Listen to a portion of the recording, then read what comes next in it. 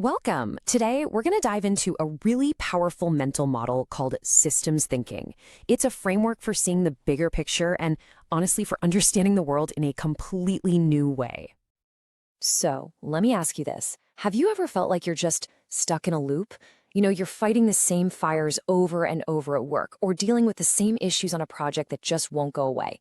It's incredibly frustrating, and it happens all the time. Well, it turns out the reason we get stuck is often because of a tiny shift in perspective. We get so laser focused on the immediate visible problem, the symptom, that we totally miss the underlying structure, the system that's causing that symptom to pop up in the first place. And that brings us right to the heart of it all. What exactly is systems thinking? Well, to put it simply, it's a holistic way of looking at things. Instead of just breaking stuff down into little isolated parts, it forces us to focus on how all those parts connect and interact with each other over time. This slide really breaks it down perfectly. You've got two pillars here. On one side, there's analysis. That's all about taking things apart to see how they work. Think of a mechanic looking at all the individual parts of an engine. But then, on the other side, you have synthesis.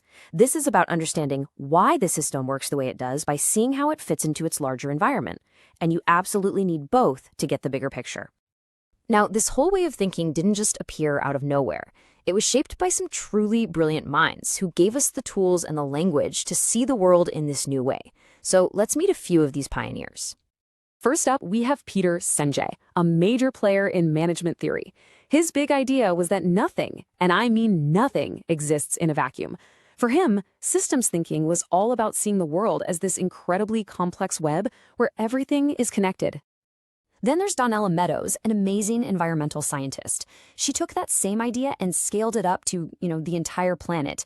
She really pushed for a holistic view, especially for huge challenges like climate change, where you just have to see how every single piece is interdependent. And we also have Russell Ackoff, an organizational theorist. His take is fascinating.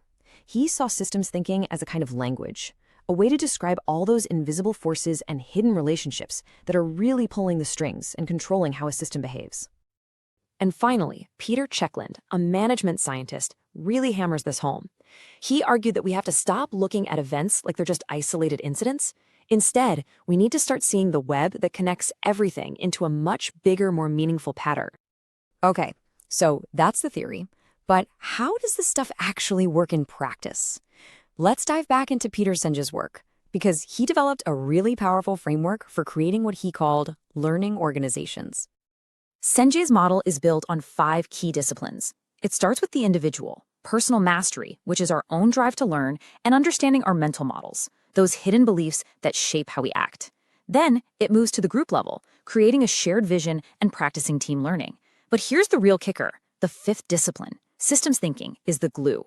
It's what integrates all the others and makes them work together as a cohesive whole. Now, let's switch gears and go back to Donella Meadows, who applied these ideas to maybe the most complex system of all, our planet. Her work gives us this amazing model for figuring out how to create a more sustainable world. You can think of her model like climbing a ladder of understanding. At the bottom, you have to grasp the limits to growth, the real-world dynamics of our impact on Earth. From there, you learn about dancing with systems, which is all about being flexible. Then comes a huge insight, identifying leverage points, those small places where a tiny change can create a massive ripple effect. This helps map out a transition to sustainability. But right at the very top, the most powerful lever of all is envisioning a sustainable world, using a shared, positive vision to guide everything else. So we've talked about organizations in the environment, but no matter what system we're looking at, what are the fundamental building blocks?